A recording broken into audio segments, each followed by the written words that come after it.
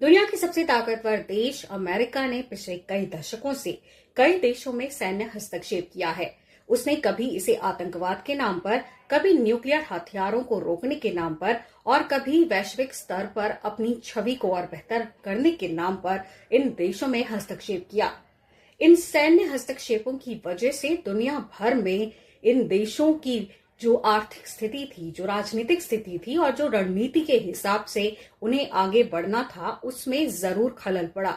America ने पिछले 50 साल में कई देशों में सैन्य हस्तक्षेप कर उनकी राजनीतिक दशा और दिशा को बदलने की कोशिश की है। अगर हम देखें तो अमेरिका के खिलाफ जो मोमेंटम बना वो पिछले 50 साल में सबसे ज्यादा प्रभावित करने वाला रहा। कई देश ऐसे थे जो पहले खुशहाल थे, लेकिन अमेरिका के हस्तक्षेप की वजह से वो अस्त व्यस्त हो गए। वहां पर आतंकवादी संगठनों का बोलबाला हुआ और वहां की राजनीतिक, आर्थिक और सामाजिक स्थिति पूरी तरह से तहस नहस हो गई। आइए एक नजर डालते हैं अमेरिका के उन दुश्मनों पर जिन्होंने पिछले 50 साल में अमेरिका को सैन्य हस्तक्षेप करने के लिए मजबूर किया। वियतनाम वॉर 20वीं सदी के सबसे चर्चित युद्धों में से एक था। अमेरिका ने दक्षिण वियतनाम का समर्थन किया क्योंकि उसे डर था कि अगर उत्तर वियतनाम जीत गया तो पूरे एशिया में साम्यवाद फैल सकता है। 1975 में वियतनाम युद्ध खत्म हुआ। उत्तर वियतनाम की जीत के साथ पूरा देश एक कम्युनिस्ट सरकार के अधीन एकजुट हो गया, लेकिन इस युद्ध की कीमत बेहद भारी थी। लगभग 30 लाख वियतनामी और 58,000 से ज्यादा अमेरिकी सैनिकों की जान गई। इस युद्ध ने न सिर्फ दक्षिण पूर्व एशिया की राजनीति बदल दी, बल्कि दुनिया भर में अमेरिका की छवि को भी गहरा नुकसान पहुंचाया। अमेरिका के अंदर भी इस युद्ध के खिलाफ बड़े आंदोलन शुरू हुए। खाड़ी युद्ध 1991 में तब शुरू हुआ जब इराक ने कुवैत पर हमला कर उसे अपने कब्जे में ले लिया। इसके जवाब में यूनाइटेड स्टेट्स के नेतृत्व में एक अंतरराष्ट्रीय गठबंधन बना और युद्ध शुरू हुआ। इस संघर्ष के परिणाम स्वरूप कुवैत को आजाद कराया गया और इराकी सेना को पीछे हटना पड़ा। हालांकि इस युद्ध की कीमत बहुत भारी रही। हजारों सैनिक और नागरिक मारे गए। इराक की अर्थव्यवस्था पर लंबे समय तक कड़े प्रतिबंध लगे। वैश्विक स्तर पर इस युद्ध ने अमेरिका की विशाल सैन्य शक्ति को दिखाया, लेकिन इसके साथ ही मध्य पूर्व में राजनीतिक तनाव और अस्थिरता भी बढ़ गई। अफगानिस्तान युद्ध की शुरुआत तब हुई जब 11 सितंबर 2001 को सितंबर 11 अटैक्स हुए। यूनाइटेड स्टेट्स ने इसके बाद अफगानिस्तान पर हमला किया। इसका मुख्य उद्देश्य अलकायदा को खत्म करना और तालिबान सरकार को सत्ता से हटाना था। शुरुआत में तालिबान सरकार गिर गई, लेकिन करीब 20 साल के लंबे युद्ध के बाद 2021 में तालिबान फिर से सत्ता में लौट आया। इस युद्ध में लगभग 1.7 लाख लोगों की जान गई और अमेरिका ने इस पर खरबों डॉलर खर्च किए। ये युद्ध अमेरिका का सबसे लंबा युद्ध बन गया और अंत में अमेरिकी सेना की वापसी ने दुनिया भर में कई राजनीतिक और रणनीतिक सवाल खड़े कर दिए। इराक युद्ध 21वीं सदी के सबसे विवादित युद्धों में से एक माना जाता है। यूनाइटेड स्टेट्स और उसके सहयोगियों ने इराक पर यह कहते हुए हमला किया कि यहां विनाशकारी हथियार यानी वेपन्स ऑफ मास डिस्ट्रक्शन मौजूद हैं। इस युद्ध के बाद सद्दाम हुसैन की सरकार गिर गई, लेकिन बाद में ऐसे हथियार कभी नहीं मिले। इस संघर्ष की भारी कीमत चुकानी पड़ी। लाखों इराकी नागरिकों की जान गई और पूरे क्षेत्र में अस्थिरता बढ़ गई।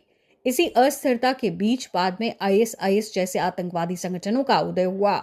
इस युद्ध ने दुनिया भर में अमेरिका की विदेश नीति और उसके फैसलों पर गंभीर सवाल खड़े कर दिए। 2011 में उत्तरी अफ्रीका का देश लीबिया अचानक दुनिया की सुर्खियों में आ गया, जब सरकार विरोधी प्रदर्शन तेजी से गृह युद्ध में बदलने लगे। इसी दौरान अरब स्प्रिंग की लहर के बीच यूनाइटेड स्टेट्स और नेटो ने हस्तक्षेप किया। इस सैन्य कार्रवाई के परिणाम स्वरूप लंबे समय से सत्ता में रह रहे नेता मुअम्मार गद्दाफी की सरकार गिर गई। हालांकि गद्दाफी का शासन समाप्त हो गया, लेकिन इसके बाद देश में गृह युद्ध, राजनीतिक अराजकता और अलग अलग सशस्त्र गुटों का संघर्ष शुरू हो गया। आज भी लीबिया पूरी तरह से स्थिर नहीं हो पाया है और कई क्षेत्रों पर विभिन्न समूहों का नियंत्रण बना हुआ है। 2014 के आसपास मध्य पूर्व में एक नया और खतरनाक आतंकवादी संगठन तेजी से उभरा। आईएसआईएस नाम का ये संगठन सीरिया और इराक के बड़े इलाकों पर कब्जा करने लगा, जिसके बाद यूनाइटेड स्टेट्स ने अपने सहयोगियों के साथ मिलकर इसके खिलाफ सैन्य अभियान शुरू किया। लगातार हवाई हमलों और जमीनी लड़ाइयों के बाद आईएसआईएस का अधिकांश क्षेत्र उससे छीन लिया गया। हालांकि इस संघर्ष ने सीरिया के युद्ध को और जटिल बना दिया, जिसके बाद रशिया और ईरान जैसे देश भी अलग अलग पक्षों में शामिल हो गए, जिससे यह दुनिया की सबसे पेचीदा संघर्षों में से एक बन गया।